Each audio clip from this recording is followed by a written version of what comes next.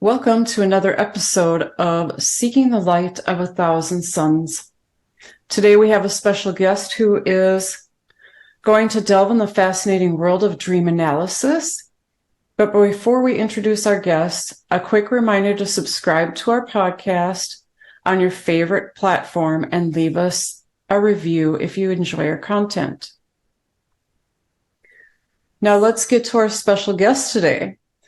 Megan Mary is a member of the International Association for the Study of Dreams and has been featured in publications such as Authority Magazine, Parade Magazine, Very Well Mind, to name a few. She holds certifications in interpreting dreams and symbols and teaches classes on dream decoding and dream analysis. Other cool places you can find her will be the Insight Timer, Guide to Light, 5 Minutes for Me, and the Wisdom app. Welcome, Megan. Thank you. It's a pleasure to be here. So, Megan, can you tell us a little bit about yourself, introduce yourself, why dream analysis has been such an inspiration for your life?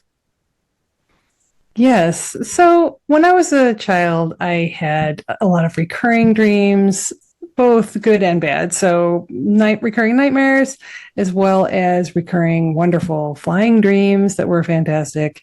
And I always wondered what they meant, where we go when we dream, why we spend so much time there, that there must be a greater reason than what we're taught. And I was always really fascinated by everything magical, mystical, esoteric, metaphysical, and I was always questioning and seeking and wondering what was behind what I could see. And as a teenager, I, like most people, would look at dream dictionaries, try to figure out what they meant through those, and really just seeked a whole bunch of different things through college, studying different philosophies and theories and psychology and astronomy and everything. And as an adult, I kind of stopped paying attention. I kind of stopped paying attention to my dreams and really kind of drifted quite a ways from my spiritual path.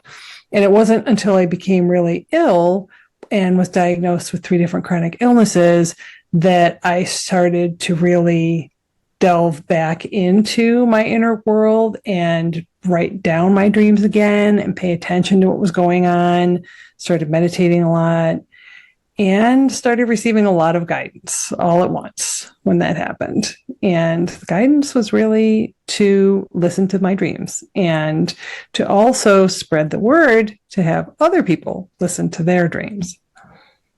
I love that. And you bring up a really good point that when we go into things with the symbolism of dreams, astrology, metaphysical, spiritual, esoteric, all can be a part of it. There's never just one focus. Dreams are so big. So I hear that there is a paddle boarding story from Hawaii. Can you share? I haven't heard this story yet. Would you mind sharing it? Yes. And this is actually the first time I've shared this, that I've spoken this. I wrote it, but you're the first to ask me to discuss it. So, so thank you.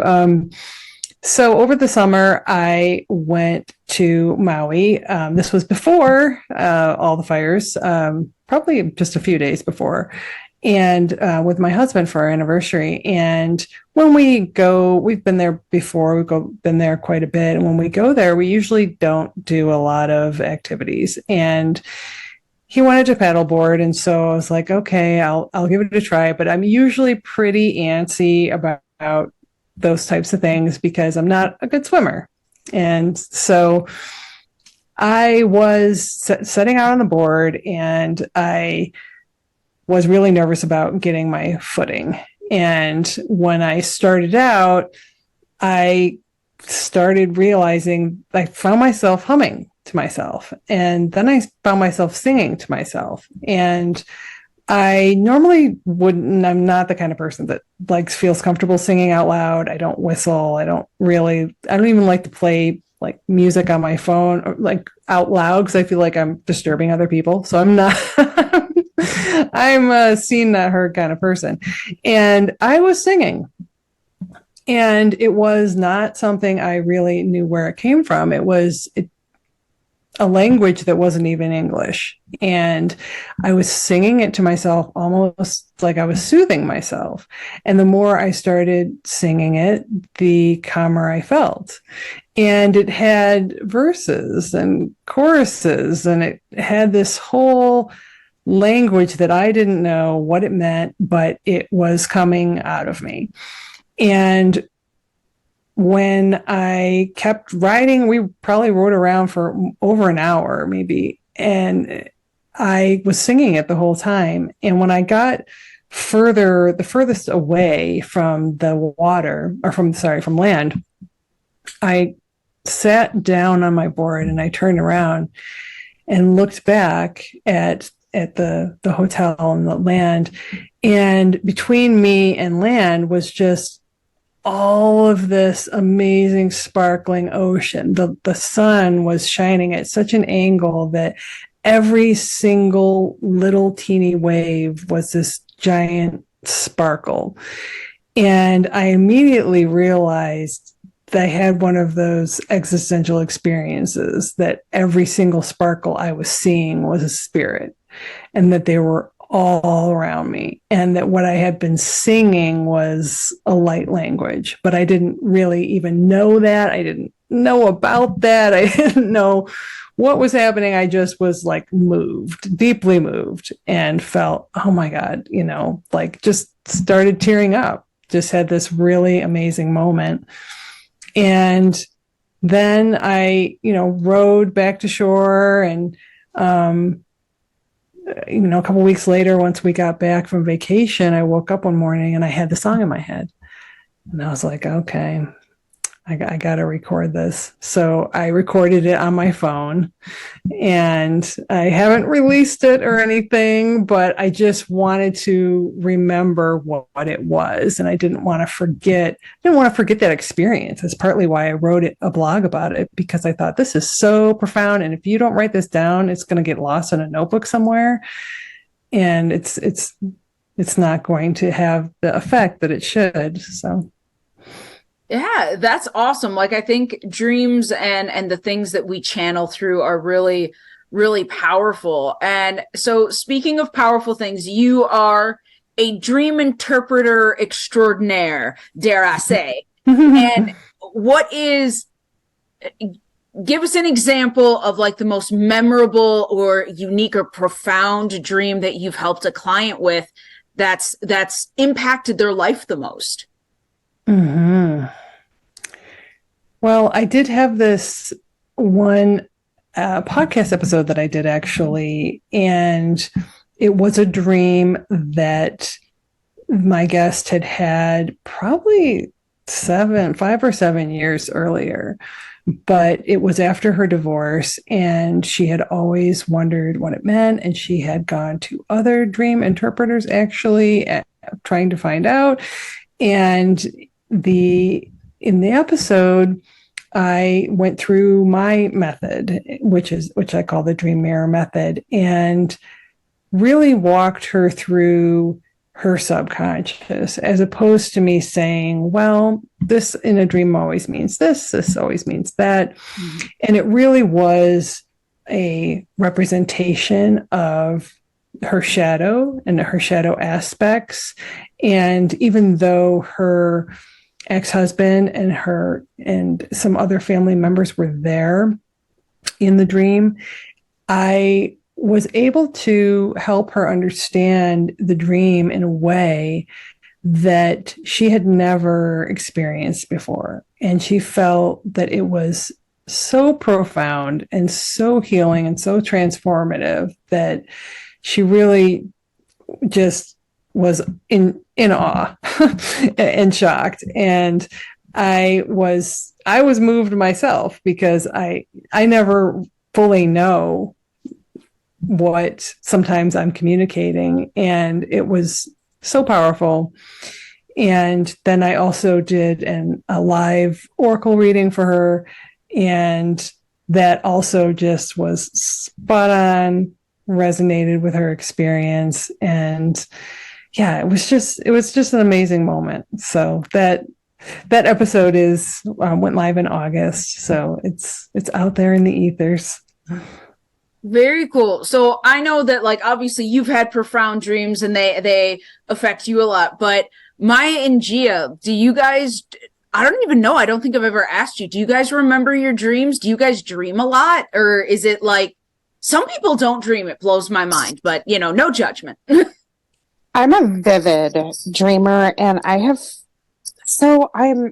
because I'm a scientist, I have been trying to make connections as to what dreams are what for years. And sometimes I'll have dreams that are premonitions. And then there's times where I have dreams where I know it's in a past life. And then there are other times where I'm just not sure. Like, I know that it's probably my higher self or my spirit guides who are telling me a message. And then there's even with the romance book that I've been writing, I had gotten to the point where I was actually dreaming the next chapter, which was just like, holy crap, this is awesome. Yes. and so I have been finally, I would say in the past few months, trying to keep a journal. And in some of these, it's like the premonition dreams. Some of them are as soon as the next day. I had my grandpa come to me in a dream before he had passed, and he passed the next day. And then there were some where Christina and I were actually a friend of mine and I were having cross dreams of the same things happening, but it was oddly apocalyptic. And so neither of us have figured out exactly when that's going to come, if it is, and hopefully not, but I don't know. I'm a vivid dreamer. There's times where I can actually slightly manipulate in my dreams when I'm feeling very uncomfortable with the dream. But it's something I'm still working on. So that's me. I don't know, Maya, do you? I don't ever remember my dreams. I used to think it was because I have aphantasia, but I think more recently I've come to the conclusion that I've just turned it off. Yes. So, yes, Megan, as I see you nodding, I have to ask, what are the reasons for turning off, or what are the reasons for poor dream recall? Is that like something that we know, or is it like a fluke? There's a lot of reasons, obviously. And so if you have any kind of medical condition, if you've had trauma to the brain or the head, that can affect it. If your estrogen is low, so estrogen being high can make our dream recall higher as we go through our cycles, or if we're premenopausal or menopausal and we're not supplementing the estrogen, as our estrogen dips, our dream recall will also decline. And then also there is the very typical case where you decided at some point subconsciously to turn that off. And it might not have even really been a waking decision, but it was something that you decided because of whatever you experienced at some point that you don't really want to go there. And you don't want to know what's in there, and you'd rather just forget it. And so you do subconsciously block it. Yeah, I would agree. I think most of my clients, when they come in and have trouble with dreams, it's either a subconscious, they turned it off, or there's an energy block somewhere. And I mean, like you said, there are so many different ways that can go about. So let's say hypothetically, or using Maya as our sacrificial lamb, that let's say we have someone that we happen to know who is fabulous and a great practitioner and amazing intuitive as she is, but can't do dream recall. Is there anything she can do to improve that, or is she shit out of luck? No, there definitely are techniques, and one of them is meditation. Because when we dream, we enter into the theta brainwave state, and when we meditate, we enter into that same theta brainwave state. And so, regularly entering into theta and cultivating that sense of mindfulness can many times allow us to be more easily able to transition into that space and more comfortable in that space. Another thing that I really encourage people to do is when you first wake up in the morning, don't immediately turn the light on or pick up your phone, unless you're going to record your dream on your phone. Try to sit still with your eyes closed and explore what I call the middle world, which is that space where you're slipping in between waking and dreaming, where you might fall back asleep, you're starting to think of something, but you're not really controlling your thoughts, and you're just kind of in that little wavy moment. And that's where you can start to think backwards, is what I call it. And so it's basically like when you walk into a room and you say, why did I come in here? And you have to stop and think, okay, what was I just doing? I was going to do this. And you retrace your steps mentally. It's very much like that. And so you start to think backwards. Okay, what was I just experiencing, talking about, seeing? Who was I with? What was I doing?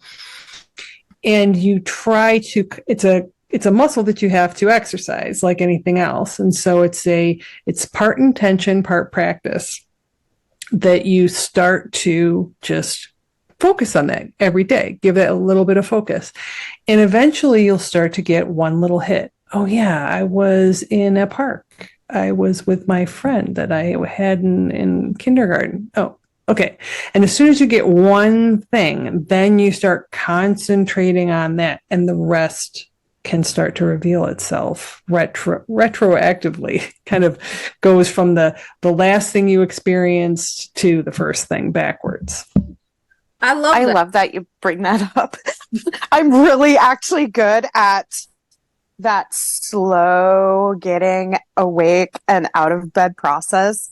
And I think I was very sick as a child, and so I spent a lot of time in between. It felt like so many different realms. Mm-hmm. But anymore, part of it's just because I'm kind of lazy and I love sleep. But at the same time, I've noticed that, like, when I'm doing that, slow wake up process, I do recall my dreams very vividly. And even incorporating right after, not turning lights on or anything, but even doing some like early morning yoga stretches, right after getting out of bed. Yes. I love that. It's pretty great.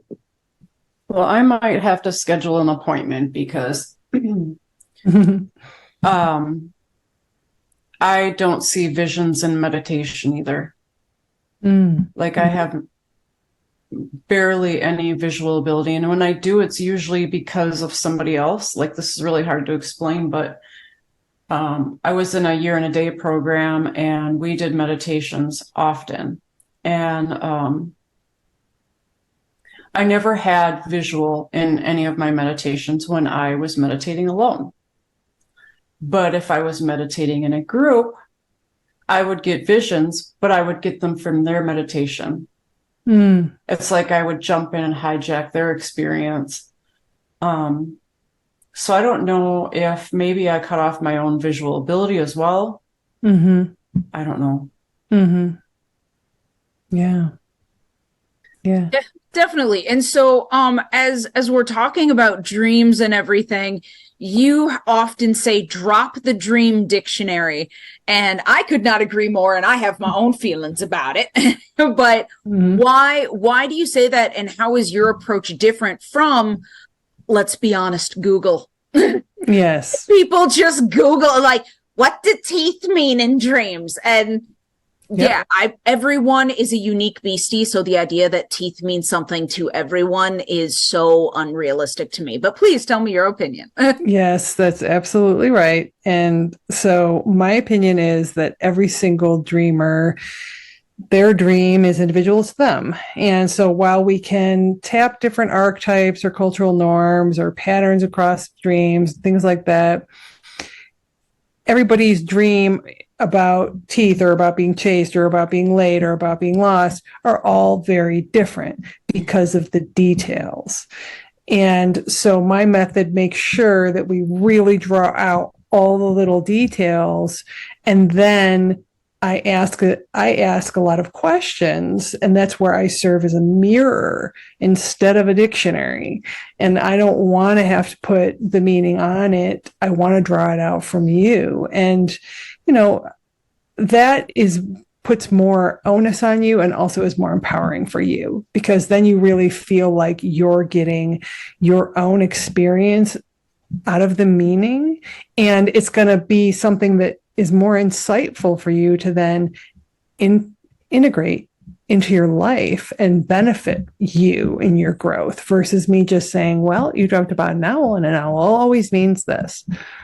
Yeah, definitely. So with dropping the dream dictionary, with all of your gifts and abilities, and quite frankly, the knowledge that you've learned through training that you've committed to, we shared one of Gia's dreams with you. Would you mind flexing your expertise for us? Yes. Is that too much to ask in this today? No, I actually have a lot of notes about it. And Awesome. So, yeah. Gia, if you wouldn't mind, could you quickly just describe the dream, because we've all read the notes and know what it is, but our listeners haven't. So, Gia, what was your dream? Please share.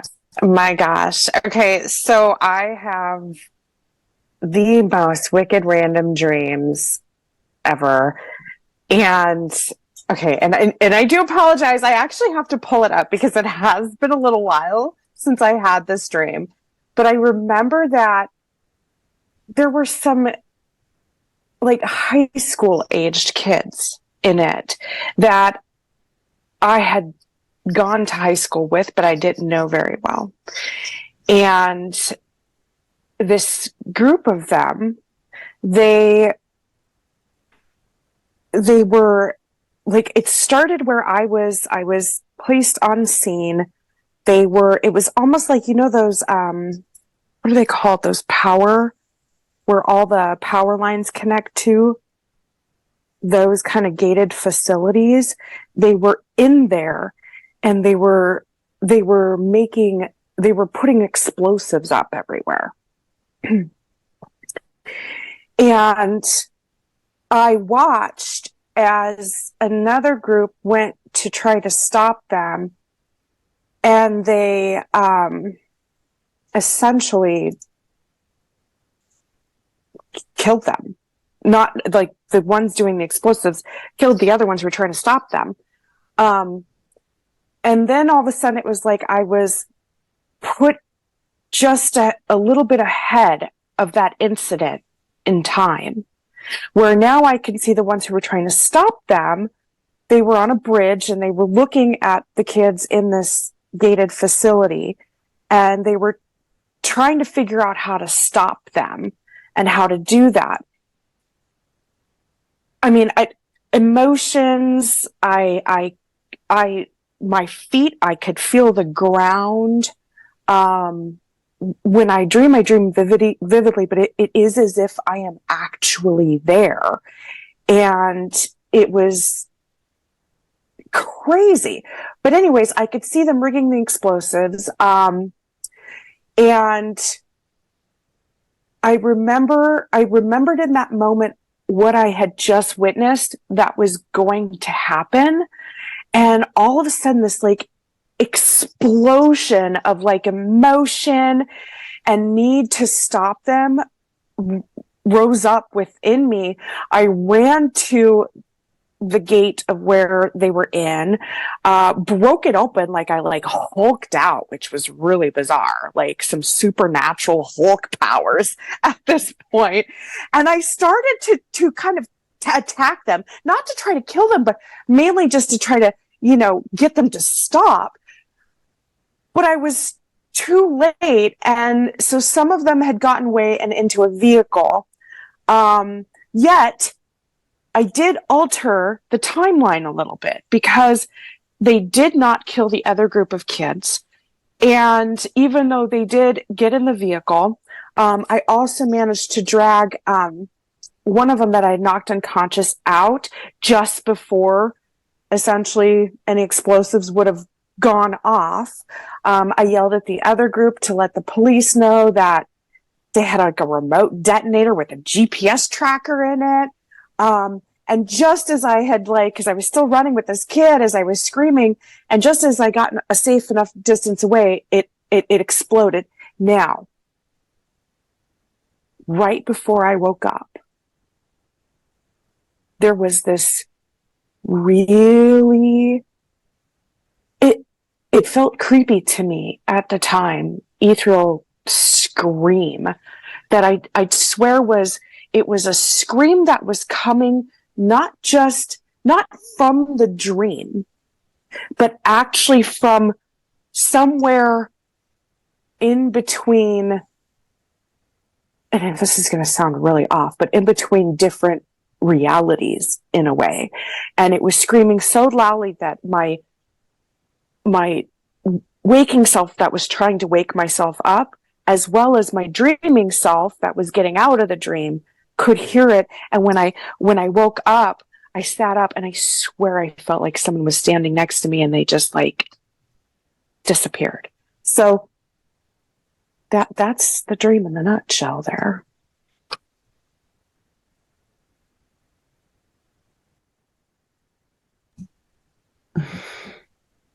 What do you got, Megan, for that dream there?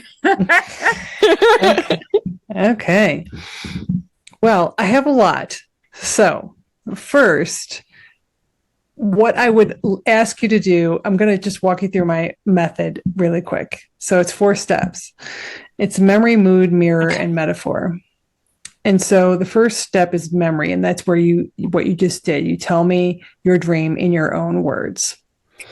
Then I ask you, if you were going to give this dream a title, like it was a story, what would you name it? That is a really good question. Ooh, that's a tough one. I'm so sorry. Okay, well,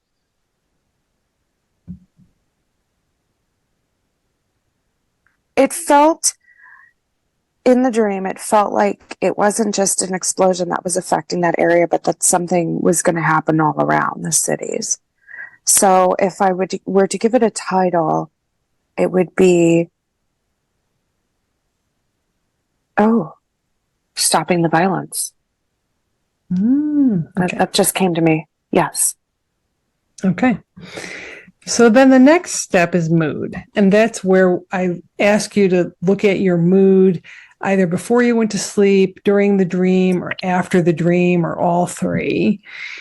And so do you remember what your mood was the day that you went to sleep for this dream? It wasn't that long ago, but if not, that's okay. Mm-hmm. I was incredibly fatigued. I was sick. And so I really just, my mood was just more exhaustion and just tired. And I wouldn't say there was anything else really going on with like sadness or anger or frustration. I was just tired and not feeling well. Okay. And how about in the dream? Very, well, Oh, go ahead. I like Yeah. that. Oh my gosh. Oh my gosh. No, yes. In the dream, I practically hulked out. I felt Mhm. energetic. I felt strong. I felt like an important aspect into helping others. Holy crap. Okay. And when you woke up, how did you feel? Freaked out and alert. Okay. So the third step is mirror, and that's where, rather than a dream dictionary, I try to act as a mirror to your subconscious and ask you a series of questions about the different scenarios in the dream that draw out a lot of your subconscious associations. So in this stage where we look at the people, the places, the situations, the actions, if there's weather or color or numbers or clothing or all the different little details that you might have written down. And so what I've done is sort of decoded the dream, if you will. And if I take all of the actions separately that you've written down, this is the series of the actions: running, laughing, killed, get away, claiming liberation, rigging, yelling, trying to restrain, exploded, broke open, attacked, dragging, exploded, scream. And so a lot of those words really, if you take those words, they just paint a picture of the whole, they do. of the whole trajectory and the journey of the dream. Now, I want to look at the settings all first, and I want to see that you are first placing this in high school, or because the people were in your high school. And you say that you didn't know them that well, but if you were to think of those people and describe them in a few adjectives, not how they looked, but how they behaved or what you perceived them like, what would those words be? Wow.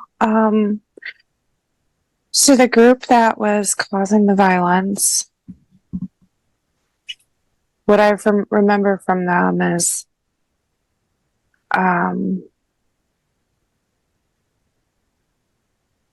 they were generally pretty popular.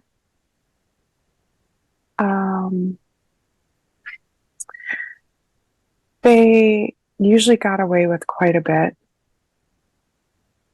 from the adults in the community and other students because of their status. The kids who were fighting them off, I don't think I ever remember any of them. Oh, I didn't really know them, but they didn't look like any one of them were like grew up together, were friends. They seemed, oh my gosh, they seemed more like individual, like outcasts. This is amazing. Okay. So it's really good to pay attention to the people that are occurring in the dream, because where they place, where you know them from, places emotions, your experience with them in high school, as well as what they metaphorically represent.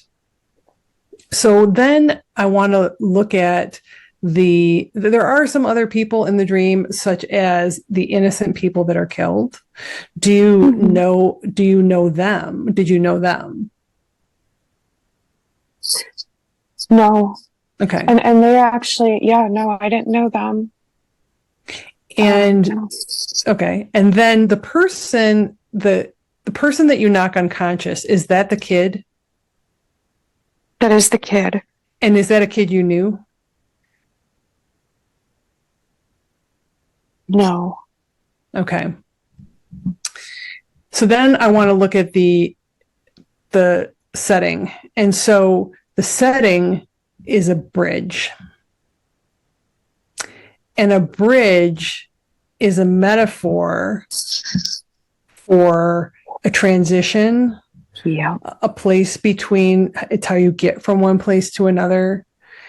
It's also how two things are connected. And so I want to ask some questions about what is a remote detonator? If I didn't know, what would you say the purpose of that is? To be able to set off an explosive or device from a far enough distance, and so it's a radio transmission frequency. Mm-hmm. And I know this from the movie Die Hard, by the way, okay. because I do anything with explosives. And what is the purpose of a GPS tracker? To be able to keep track of the location at all times, even in movement. Okay. So let's see. And for this, it's to track down where the kids who set off the explosives were going. Okay, yes. So to be able to, you wanted the police to know that they had a GPS tracker on it. So even though they could remotely detonate and harm other people, that they could eventually be found. Yes. By the police, who in this case would hopefully save the town, diffuse the situation. Correct. Okay. So I also really like the time loop in this dream. I really like that you experience something and then you're able to travel in time before that scenario and actually change the scenario. And so that energetic feeling that you have is really indicative of your ability to really affect the situation. So when we look at the next step, which is metaphor, and we look at everything that we've divulged from this story, and then we look at it as a metaphor for your life, you're in this place of transition.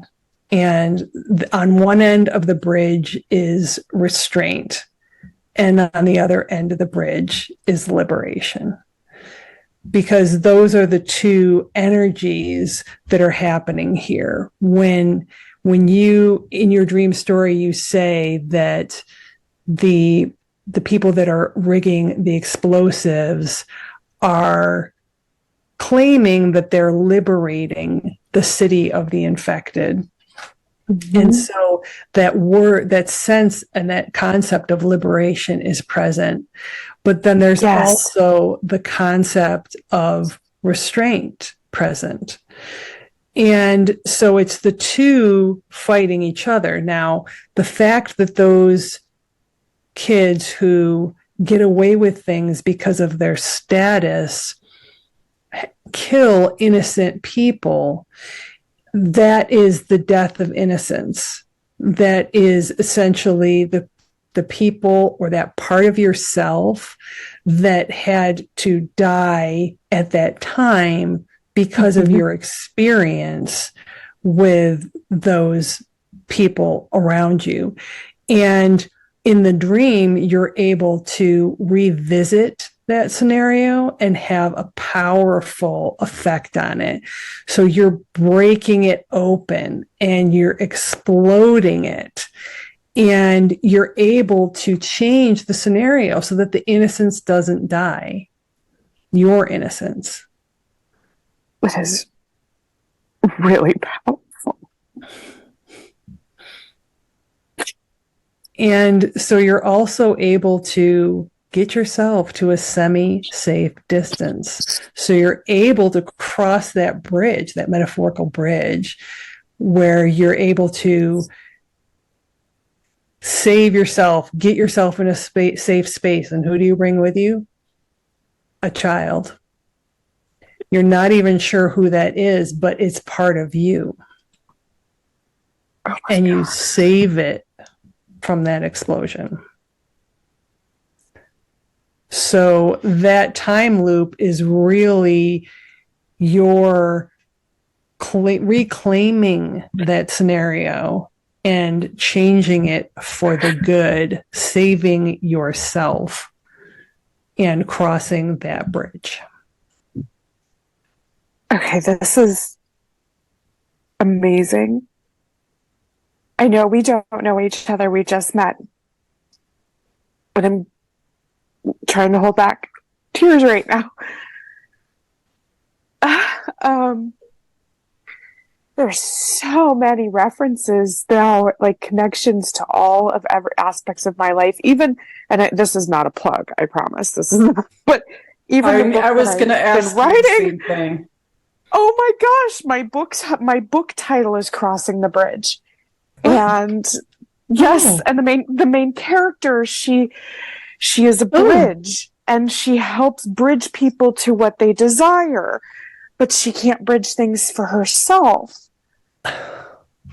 And this is the book that I even have dreams of the chapter before I write it.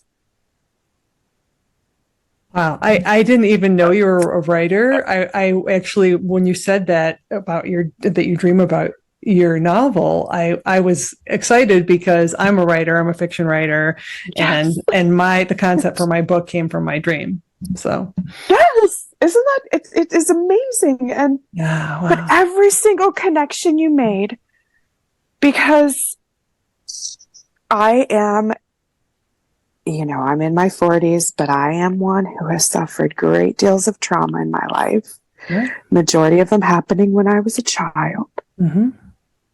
And my innocence was taken away in just about every aspect, unfortunately.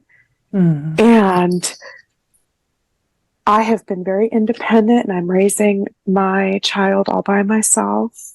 And these transitions that you're mentioning,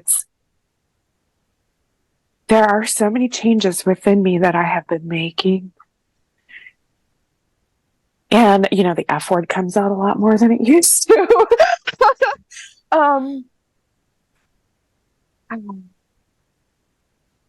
Thank you. Oh, absolutely. Yes. Holy cow, this is amazing. That whole process you just did, I was visualizing things in my mind. Mm. I could hear things.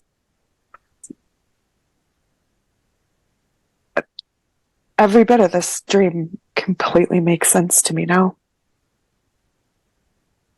I'm so glad. Wonderful. Thank you, Megan, for sharing. Thank you. Like that was really cool just to listen to. So, natural segue, if you don't mind, Megan. This was an amazing thing to watch, and I know Gia is super grateful, and it was an amazing thing for her to experience.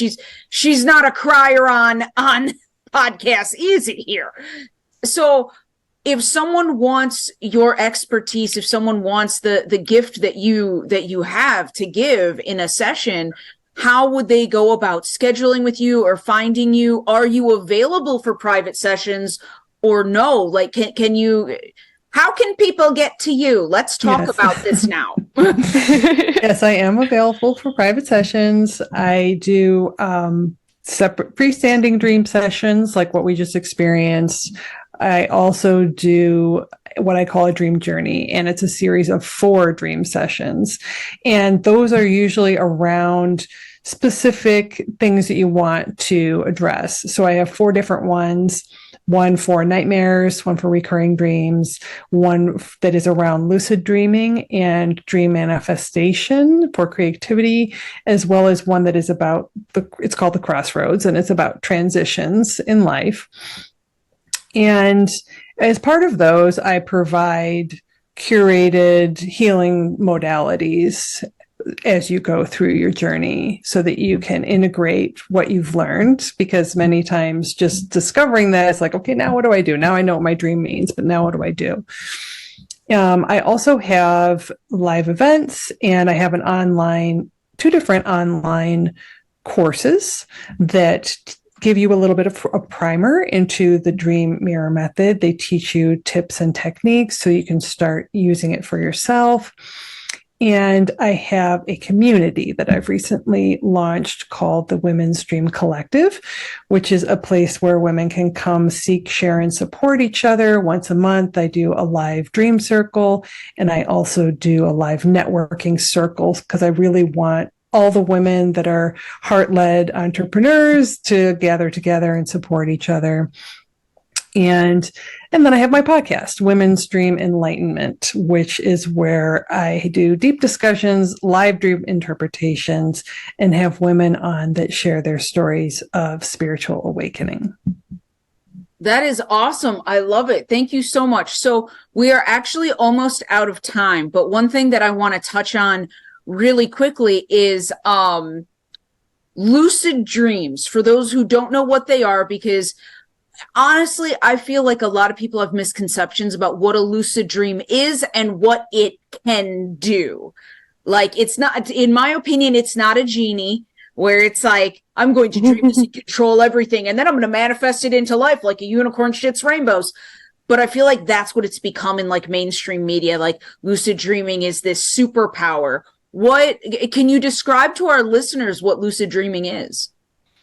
Yeah, so it's the process whereby you attain a state of lucidity in your dreams, which basically means you realize you're dreaming. And what's powerful about it is that it has a very empowering aspect. It also has a very healing aspect. A lot of people think it's just for fun and games, and really it can be the way that you transform your subconscious patterns, because if you do have recurring dreams or nightmares and you're able to practice attaining lucidity, you can actually, once you realize you're dreaming, because you don't enter the dream immediately knowing you're in the dream, and then you realize you are, and then you can alter the course of the dream to make it a different outcome from what you might just passively be observing if it's a nightmare or if it's a recurring dream. And that really allows you to take control of your life reflexively, because when you can start to face your fears and you can start to change scenarios in your dream, you realize that you can actually have that power in your life, and it can synergistically affect the way that you're living, which then will synergistically affect the content of your dreams. So it really does have a lot of healing and self-improvement applications. It's an empowering experience, to be sure. I love that. So before we wrap up, Gia, do you have any other final comments about dreams and dream interpretation? I am so grateful, and everything, I felt like you and I were connecting like on so many levels during that interpretation. This was awesome, and I'm really grateful. I'm going to have to schedule a session some more with you. Awesome. I think that there are so many things that we can learn from our dreams. I think that there are so many things that can help us on our paths for greater success. I think dreams are a key to our growth as beings. And so those are my thoughts on dreams. I love it. Maya, do you have anything you would like to add to our lovely little dream discussion from your unique perspective as someone who doesn't remember dreams or visualize in general. I'm excited to learn with her some tips on opening up that closure that I made back in, I was probably under the age of 7. Yep. I'm excited about that because if that opens up my subconscious to dreaming, maybe I will have my visualization back. I mean, I don't know where it would go, but to me, it's really exciting to unlock something that I've been trying for so long.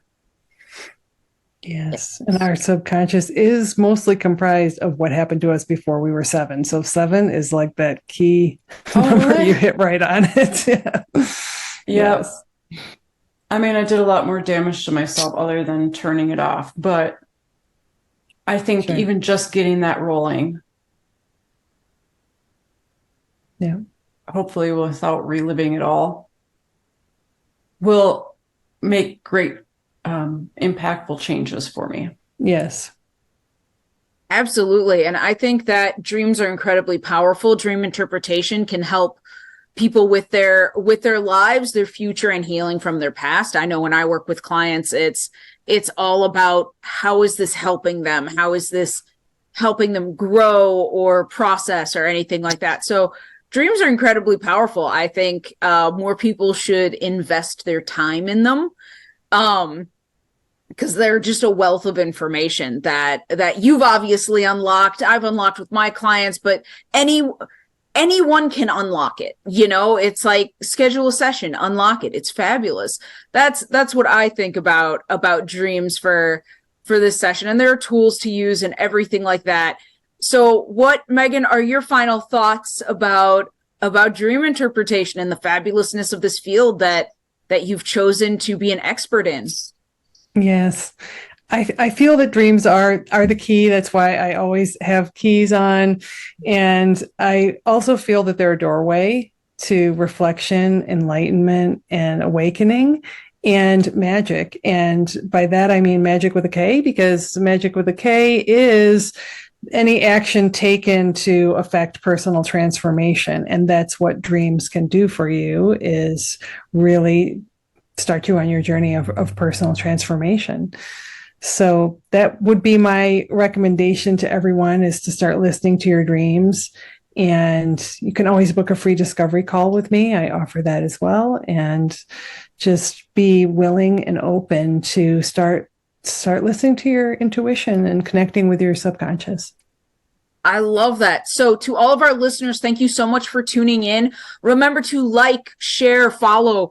We have tons more episodes coming up that are going to be fabulous and interesting. We just finished recording the Clairs, which is stuff that you can watch and listen to. And remember, there, of course, are free resources that we provide, lovingly collected by Maya, because quite frankly, she is the best. And I so much appreciate all the work that she does, because Yes. I love all of you deeply. I love all of our listeners. I love all of our followers. I will never love you the way Maya loves you. Okay. Let's just be clear about who loves you more. It's her. It's her. Like, share, and follow for her. Not for me, for her. She's committed to you. I am here because I enjoy talking to everyone and everything. So thank you guys for tuning in and staying with us on this absolutely amazing journey.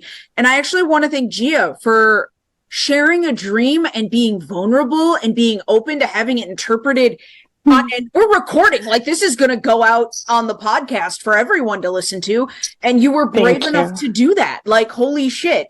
So thank you. Like, that's, Yes. that was a gift. So I know that our listeners appreciate that, and that you were, incredibly empowered to do it. So thank you. And lastly, Megan Mary, extraordinaire dream interpreter, thank you for coming. Thank you for being a part of this. I personally enjoyed this a great deal. I know the listeners have too, and all of us. So thank you for taking time and sharing your gifts with us. We really do appreciate it. Thank you so much, Lily, Maya, and Gia. Yes. Thank you, all of you, Thank you. for having me here. Really appreciate it. Absolutely wonderful. Remember to like, share, and follow. This is Seeking the Light of 1,000 Suns, and we will see you next time. Bye.